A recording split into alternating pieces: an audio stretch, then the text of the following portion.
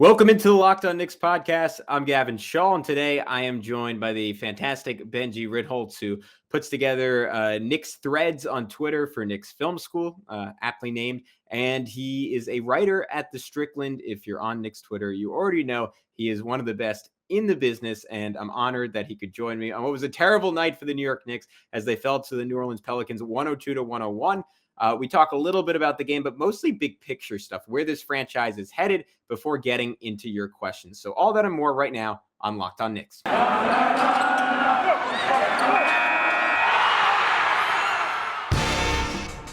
You are Locked On Knicks, your daily New York Knicks podcast, part of the Locked On Podcast Network, your team every day.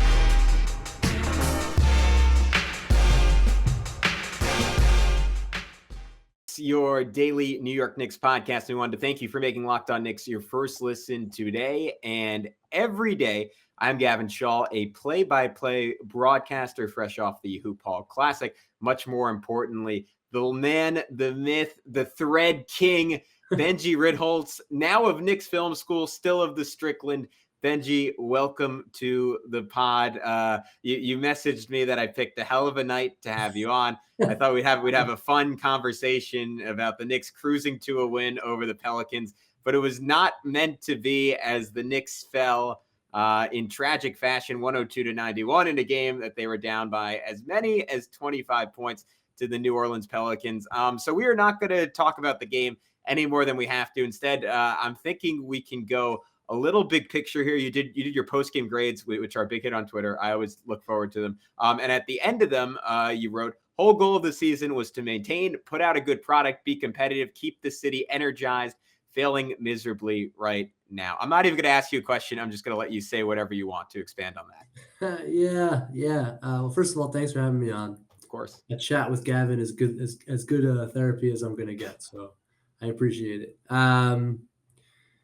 Yeah, I mean, I just think, obviously, with the upcoming schedule, the way it looks, and this stretch that was kind of the sequence of games where they had to really make a statement and a run and kind of get ahead of it in the standings a bit, just being realistic about what this now looks like. If I had to bet, I would say we're going to end up behind Atlanta, who I think will probably make a run at some point. The other teams aren't showing any signs of collapse. I don't think it looks good even for a play-in berth right now, just being realistic and honest. I'm not saying it's impossible. Just the way it looks, the remaining schedules as they are, this is not where you want to be. And to go 0-3 in this stretch here at home against 3 average to below average team. Hornets are probably above average team. Minnesota's, I think, a little below average, and New Orleans is, as well as they've been playing, it's not an above average basketball team. You're now looking at a potential lottery team, and it's not just that they lost the games; it's how it looked in this game. It's the energy that was lacking in a game where it should have been a desperate effort.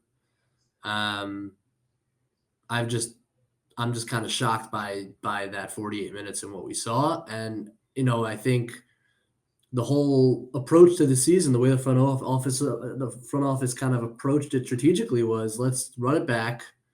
Let's try to stay solid, around 500, maybe a little bit above, try to make another playoff run, keep things exciting and biding our time, kind of restoring the reputation of the franchise until we can get someone to want to come here. And this doesn't destroy that whole vision by any stretch, but I do think it damages it.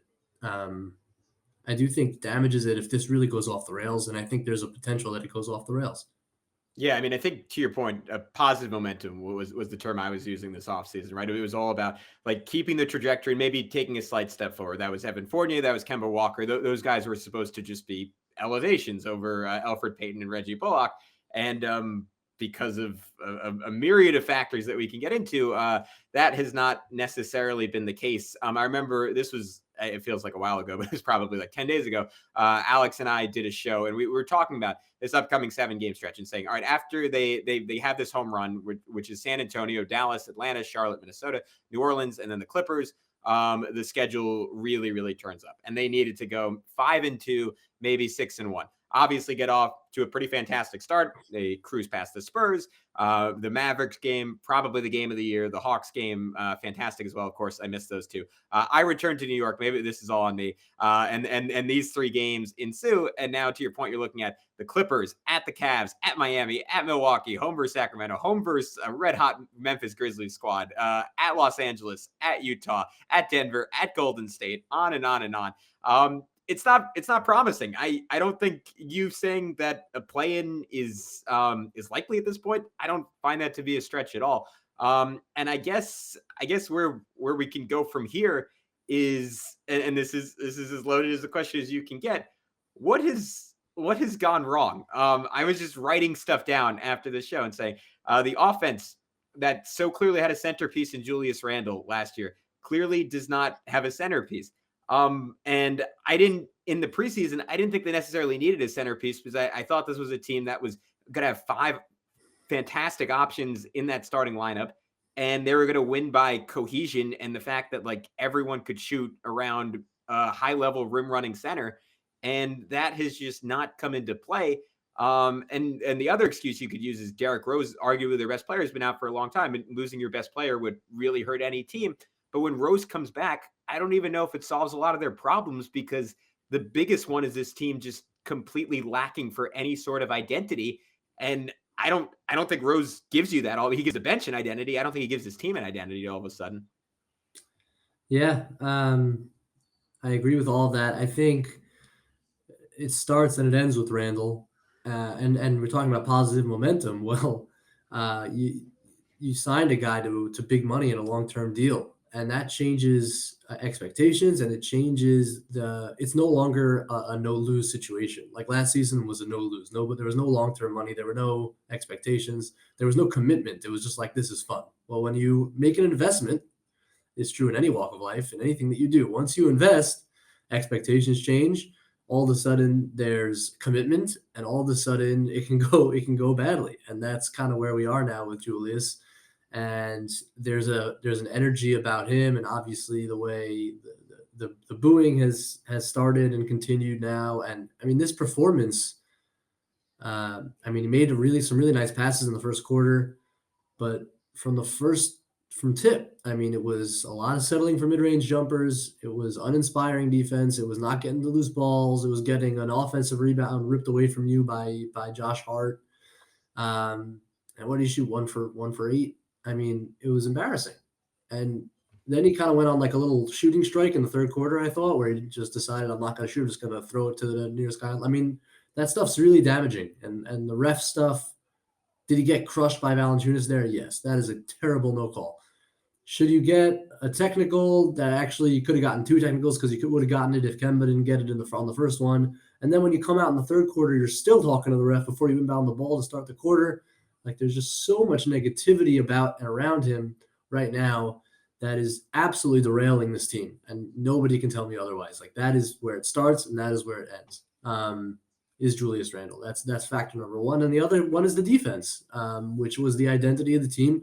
People forget the offense wasn't all that good last year either. It came alive a little bit in the second half of the year, but it wasn't anything special. It was a special defensive team, and they're not anymore. They're not even an average defensive team. And that goes to Fournier and Kemba being significant downgrades. And it goes to Julius Randle allowing his offensive struggles undoubtedly to impact his defensive effort and focus. And it's so we're talking about a team with its best player is Julius Randle, who's not a very good player right now at all. He's a struggling player who's actually actively hurting your basketball team. And you have a below average defensive team. What does that get you? That gets you a lottery team, right? That's the equation. And that's so I do think the defense as well as Randle's struggles are the two clear kind of primary factors that have led to where we are. All right, guys, it's about that time. Let's take our first break and talk a little bit about BetOnline. BetOnline would like to wish you a happy new betting year as we continue our march to the playoffs and beyond. BetOnline remains the number one spot for all the best sports wagering action for 2022. New year and a new updated desktop and mobile website to sign up today and receive your 50% welcome bonus on your first deposit. Just use our promo code LOCKEDON to get started. From football, basketball, hockey, boxing, and UFC, right to your favorite Vegas casino games. Don't wait to take advantage of all the amazing offers available for 2022. BetOnline is the fastest and easiest way to wager on all your favorite sports. BetOnline, where the game starts.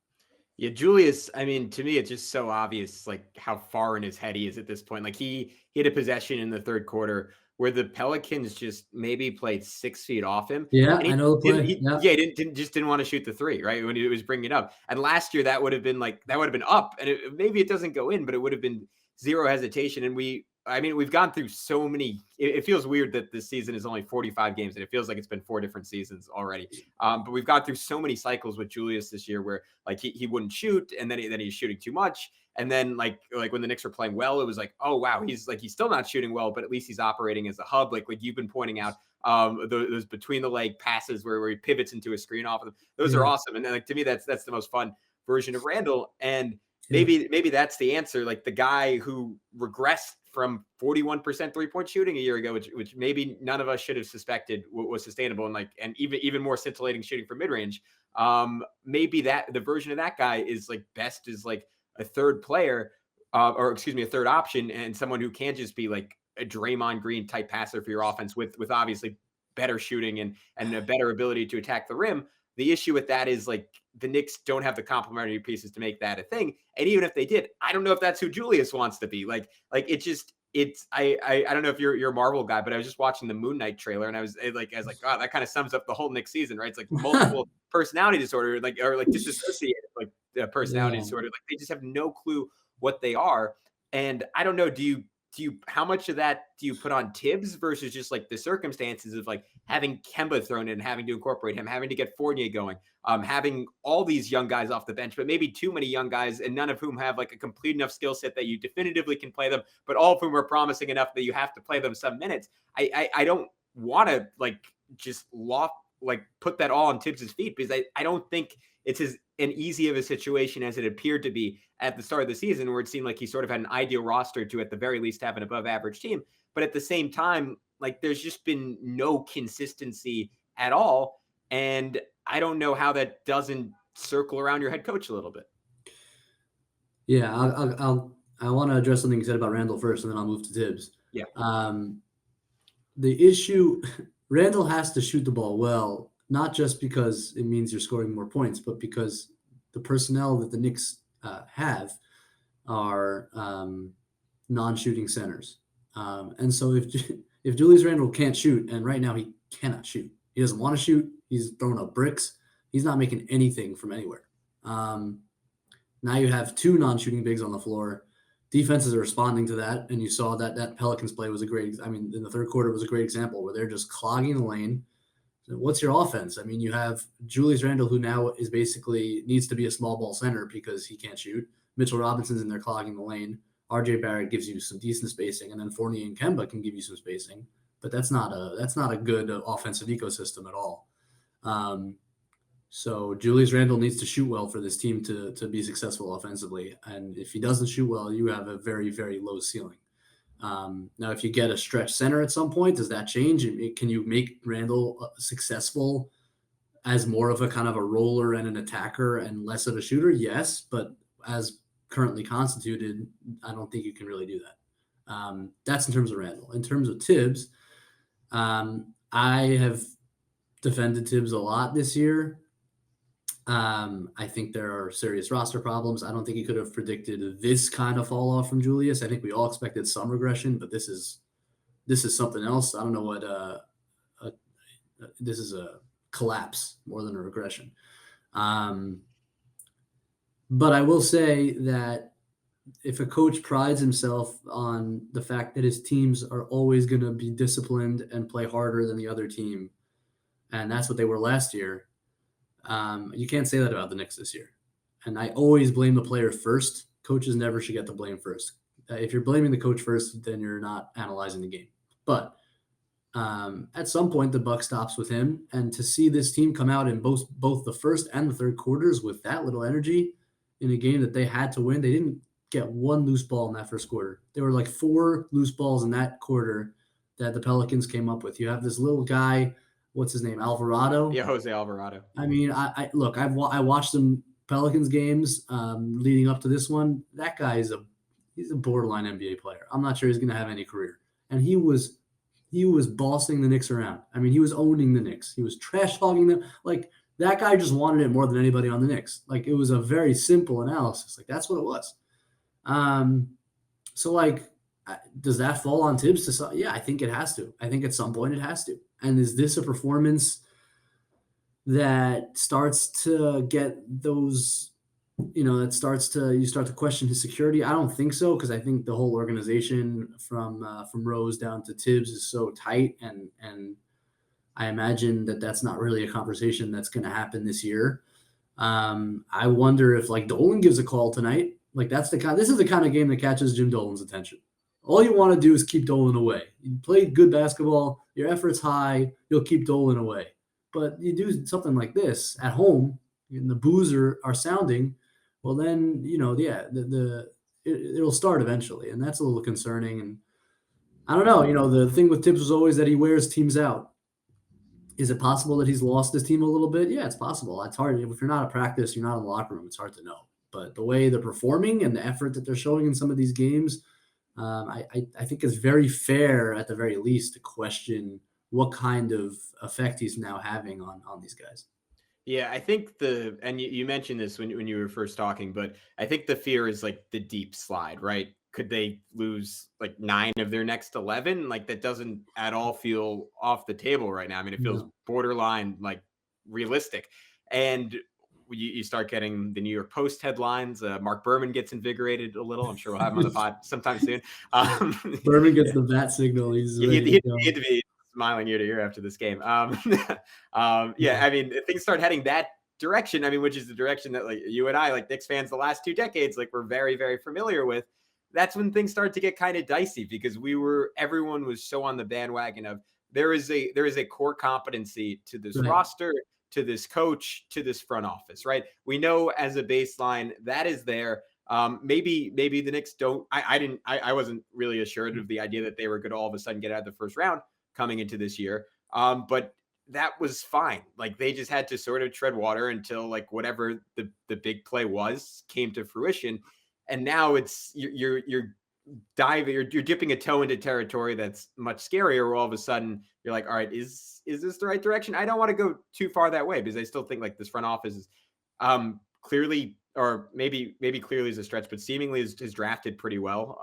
And the development seems to be solid, if not fantastic. And maybe could even be a little bit further along if the Knicks pivot and they start playing the young guys more and more and more. And someone like Grimes, I don't know, I could see him like finishing the season with like 10 straight games with like averaging around 15 points per game. And all of a sudden that looks like an incredible pick. I guess this is a long-winded way of saying I'm not sure where this goes, but I almost think they have to find a source of optimism, whether that is coherence all of a sudden with the vets, or that is pivoting to a younger group and them losing a bunch of games and adding someone significant this offseason. And then, I don't know, we just did a whole episode on Jalen Brunson, finding a way to like add an organizer and someone who's extremely efficient and someone who makes all the other pieces fit. Maybe that's lofty territory for Brunson, but I think someone like him could potentially help. There just has to be some way to get this back on track, because in New York, I think almost more than anywhere else in the NBA, like momentum and negative momentum in particular is such a powerful thing. And this franchise, again, this is going like really big picture doom and gloom. They can't afford for this to completely blow up, because that would really suck after last year.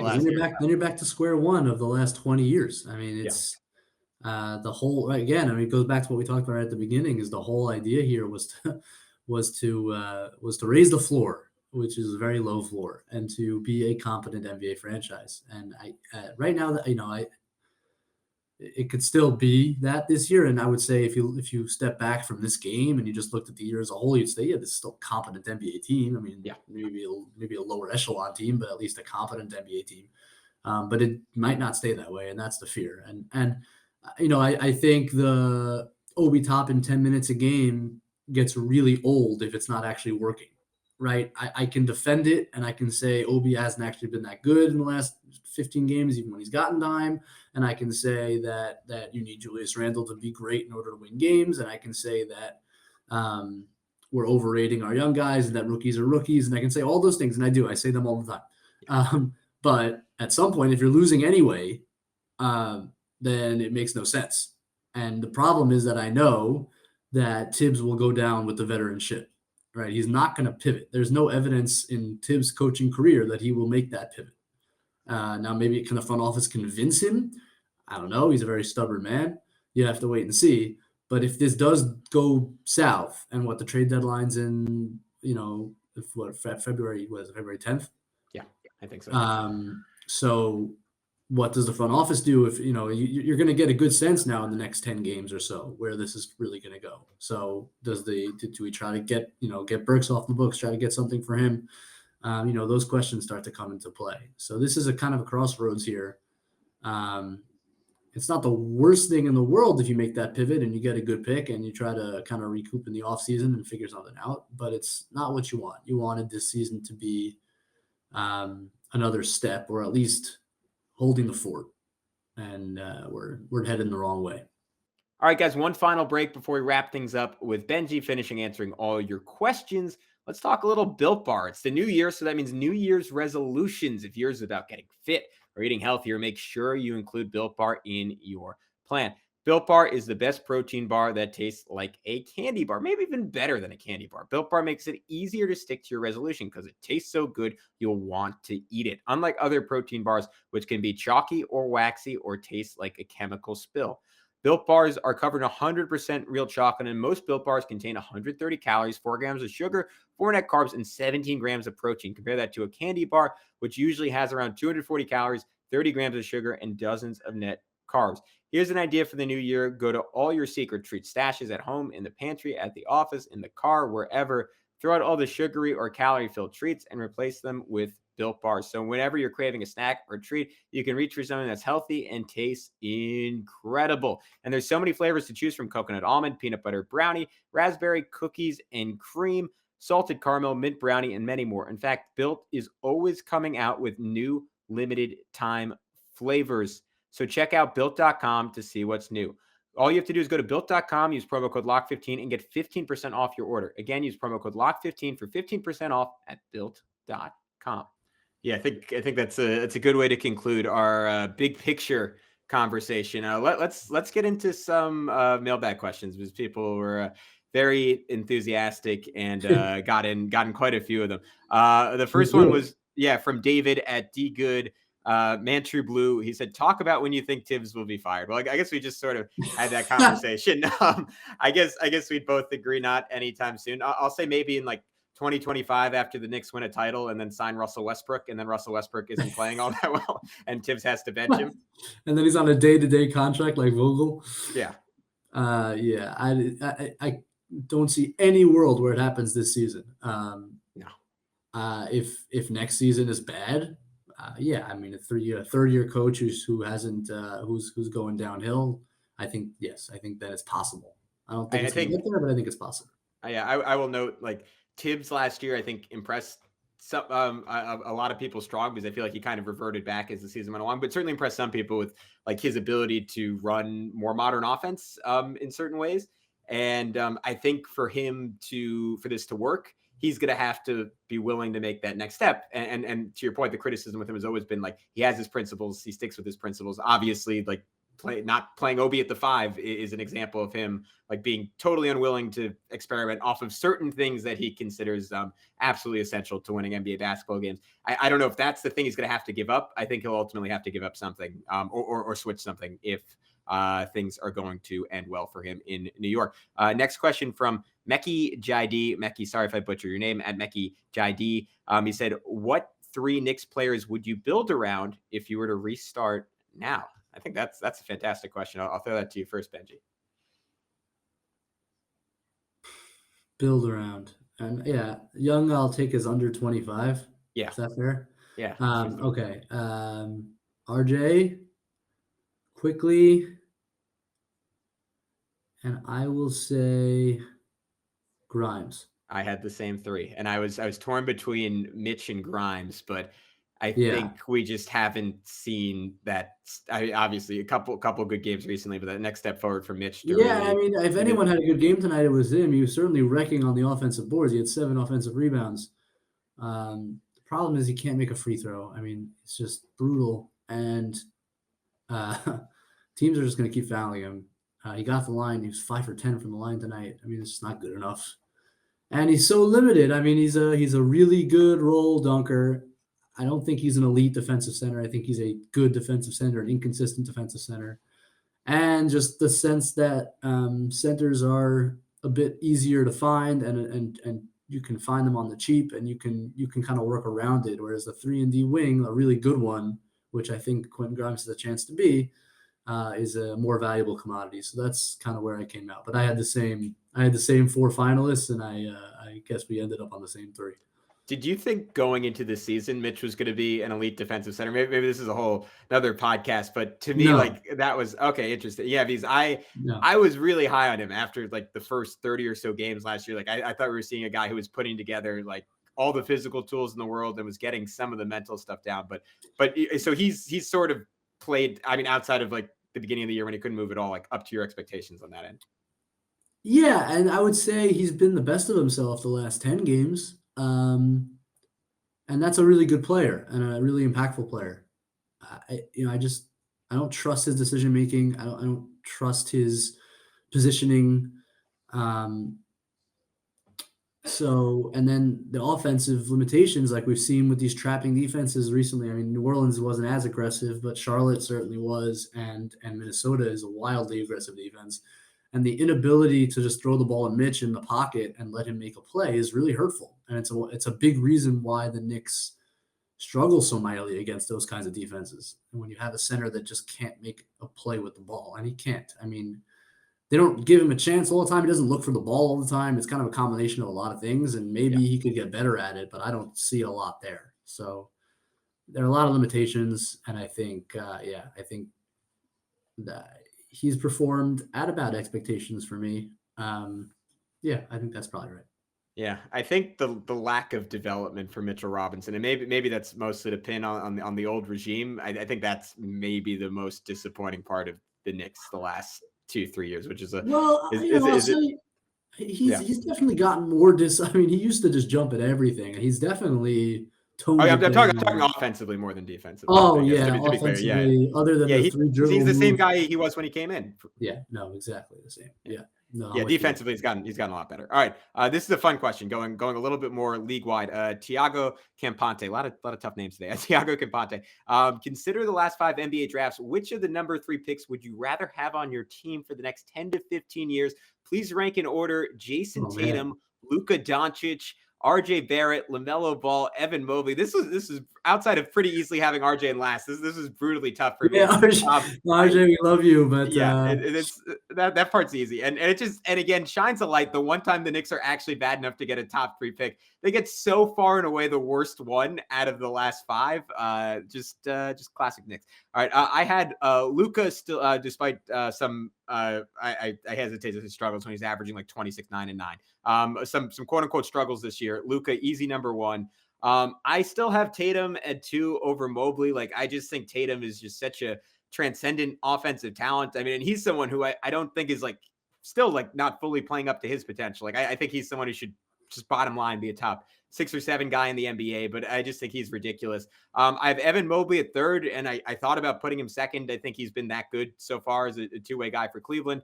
LaMelo 4th, and I'm a big LaMelo guy, but I just not the 2-way potential of those other guys, and then RJ pretty clear 5th for me. Wow. Okay, so we're gonna differ here. Okay. Other than 1st and 5th. Yeah, I think Luka is a good NBA team by himself right now. Yeah. Can't say that about a lot of guys. He's one of those guys. So he's 1. RJ's 5.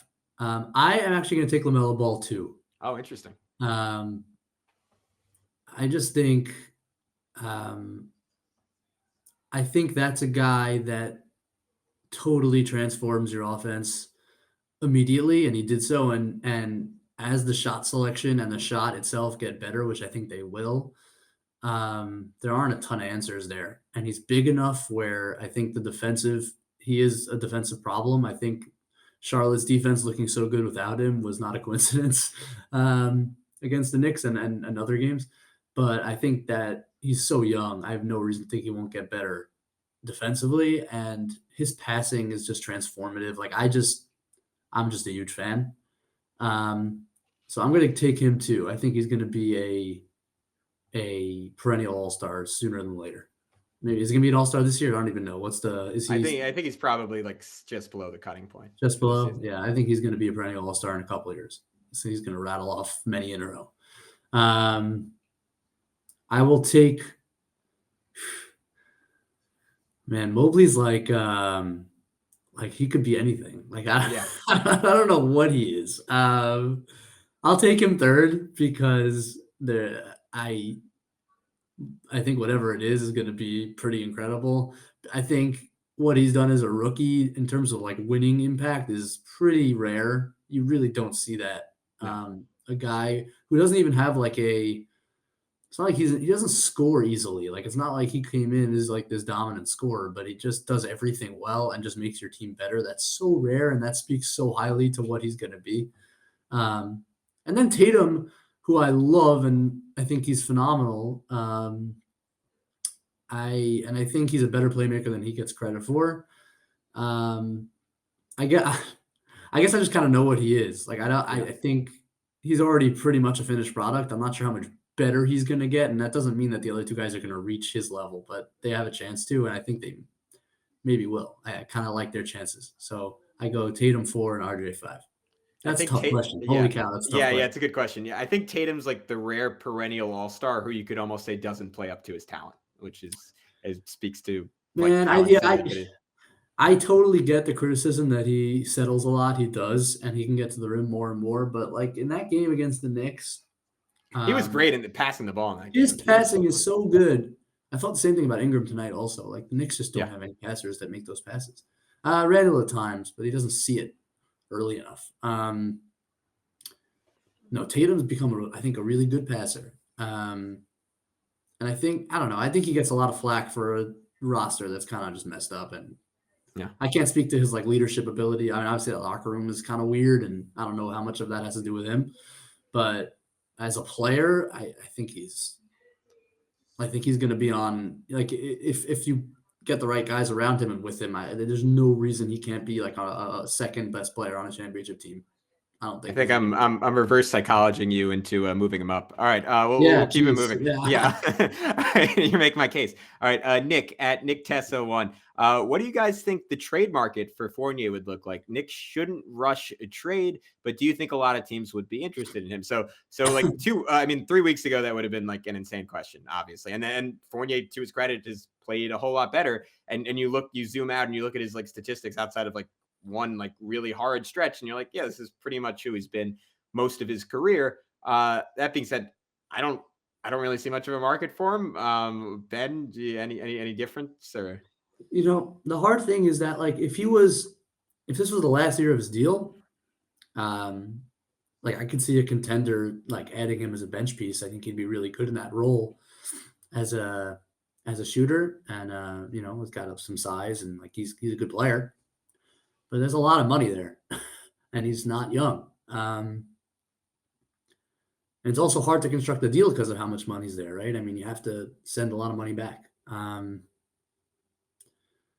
haven't thought about like what teams might, or what teams have the salary to send back. So it's a little bit of a hard question for me, but no, I don't think there's a huge market for Evan Fournier at 2 more years of $17 million salary. No, yeah, there are teams that could use the player, not a lot of teams that could use the contract. All right, final two. This one comes from Rella 1K, and he wants to know: it feels like Thibs does anything not to play Obi as of late. Grimes is playing a lot of empty minutes, and they just traded for Reddish. Do you think Toppin could be on the outs with the Knicks? Benji, I know you're a longtime Obi enthusiast. What are your thoughts on that one? And I'm gonna check. I have the header or whatever, the pin tweet on my account is an article about Obi where I wrote about how the Knicks have changed his usage and they're screening with him more. I wrote this about 2 months ago. I don't think he set one screen tonight. I actually don't think he set one. He was in the corner all night. I don't know what happened. I'm very confused. I don't understand whose direction this, like, the point guards used to call for him to screen more. They don't anymore. I don't know if that's a directive from the coach. Like, I don't know. It's very weird. Excuse me. Derrick Rose is going to help whenever he comes back. Sorry. You can't say anything negative about Obi. Your body's like rebelling against you. Yeah. Yeah. Derrick Rose is going to help when he comes back. He needs him. God, he needs him just to get him the ball, advance the ball to him, find him. He was always looking for him. But yeah, the coach doesn't trust him at the 5. That's gone. It's not happening. If it hasn't happened yet, it's not happening. Neither he nor Randle are good enough defensive centers to convince Thibs that it's a good idea. And Thibs isn't going to lean offense. He's going to lean defense. So that's just an identity thing, and it's just not going to happen. Is it possible that Obi's on the outs? Yes. Well, absolutely, it's possible. I mean, how could it not be possible? He doesn't play more than 10 minutes a game. What's the value there? I assume that teams have seen what he's done this year early in the year and can get excited about that player and would have room to play him at the 5 and can be convinced that he's a real asset and can become something, can become a really impactful player in the league. But it's not here. So yeah, I think at some point he's going to be moved one way or another. I don't think there's any question, as long as Randle's around. I was going to say, I think the really concerning thing was the other night when you saw Thibs, at the end of the Timberwolves game, put in Burks instead of Obi. And I was I was like screaming at my TV because I was like, the one thing they need right now is an injection of energy and life. And to your point, they've used Obi a lot less screening. The 2-man game between Obi and Randle was really burgeoning. And I thought Obi was so good for Randle when he was in there because it actually gave him like an off-ball target. And as much as I want to like go after Julius all the time, like there's just like his passing has to come out of like these insane like contractions, like him driving into a double team and spinning and double pumping and throwing it the opposite direction, like complete opposite direction that he's looking at times because there's just isn't a lot of off-ball activity. Like Kemba's not a guy who's going to be sprinting off the ball. Like Fournier, like on occasion will make it work with Randle. RJ, who I thought was a pretty good off-ball player as a rookie, like that's a part of his game that hasn't necessarily developed the way I would have hoped. And him and Obi like made magic. Like it was, maybe it's only a couple plays all year and maybe I'm zooming in too much on those, but I love those guys getting a chance to play together. And even in a situation like when you're putting in Alec Burks, like you can argue it's about defense in the sense that like Burks like knows where to be and is quicker, but like at that point in the game, like is that against that T-Wolves lineup? Is that really a defensive decision? Like it feels like that's an offensive decision. And I don't know. I think Obi could have helped, and it just seems like Thibs is just not. He's not thinking about it. He's not taking into account. It's almost like, oh yeah, that guy was the 8th pick. We better put him in there. I don't know. I don't know if you have any final thoughts on that, but I think Obi's best chance here was to become a good stretch 4, and the fact that the shot has abandoned him to the point where he's around 20%. Yeah, can't seem to make any. And the way Thibs wants to play with that rolling center and spacing around it, yeah, that's what Obi needed to be. And yeah, now the 30% last year looks like it was, it should have been like a miracle because it looks like he's never going to make another one right now. So yeah, it's unfortunate because I really like the player and he seems like a great teammate. But again, as long as Julius Randle's around, when it's 10 minutes a game, then what he is a trade piece. That's just what he is. And it's the reality of the situation, sad as it is. I've said it a bunch of times, not from a Knicks fan perspective, it would be painful, but from an Obi perspective, I'd love to see him end up on the Warriors. Oh yeah, and he's gonna. By the way, he's gonna want out. I mean, why wouldn't he? This is not a good situation for him. So yeah, him and Steph together, just like 20 possessions a game. I think he's shooting. His like true shooting would be 120% maybe. All right. Final question comes from Jeremy Hall at SQ Clean on Twitter, and he says, Kemba has been largely okay since his return, but the starters have cratered, especially Randle. Does he just not fit in? Did he slap Jew's mama? I'm just reading the question. What the hell is it? What the hell is it, Benjy Ritholtz? So that's a good way of maybe of culminating this whole thing, because it just Kemba had that fantastic stretch, obviously, when he first was reinserted off the bench. I thought he was really good against the T-Wolves the other night. Obviously made some massive shots, but it is just not fully clicked. Yeah, I mean, I think Kemba's still good. I think Kemba's still a really effective offensive player. He can still really shoot it. He's not a player that's going to bring it every night anymore. Like it just kind of comes and goes, and you got to be able to read when it's there and when it's not. Tonight it wasn't. Against the Wolves it was. And if you play him too much, then he's probably going to have to sit out with a sore knee for 3 weeks. Like you just have to kind of be realistic about where we are with this guy. Like unfortunately, because he was such an incredible athlete.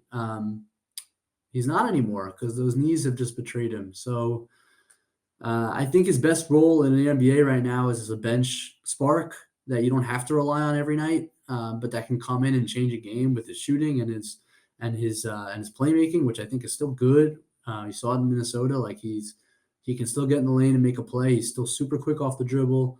But if you're asking him to be a consistent starting NBA point guard, I just don't think that's there anymore. It's more of a health thing than anything else. I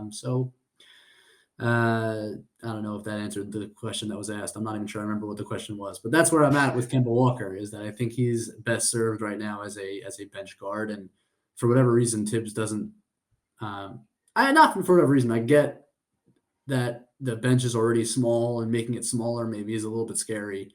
So it may not be with the Knicks, but I think he still has a place in the league. It would just be as kind of a bench spark. Yeah, and I think the issue is the Knicks, to find success this season, given Julius's downturn, needed him to be Kemba Walker, and he's not Kemba Walker. But on that happy note, we will wrap up this edition of the Locked On Knicks podcast.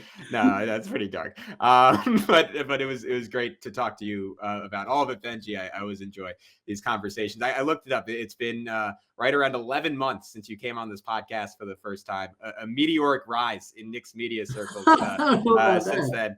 Thanks to you guys, because you guys gave me a shot and you got me on, and that was a big help in terms of people getting to hear my voice and hear what I got to say. So thank you very much for that, and I always love coming on with you, Gavin. So thanks.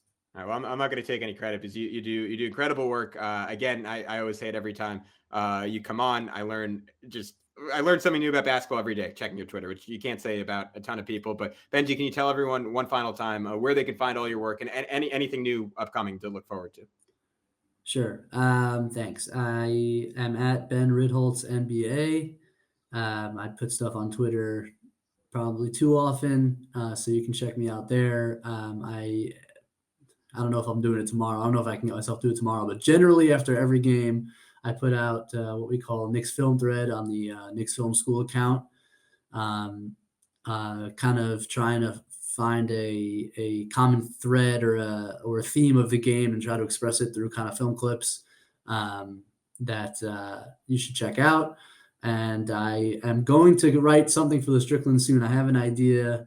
I'm going to be writing about a comparison between Andrew Wiggins and RJ Barrett, both young big wings who Tom Thibodeau encountered at similar points in their careers and actually ran very similar or identical sets. So there's kind of a theme there to explore a little bit, and maybe what RJ can learn from Wiggins' journey and how their games kind of compare and contrast. So keep an eye out for that. That'll probably be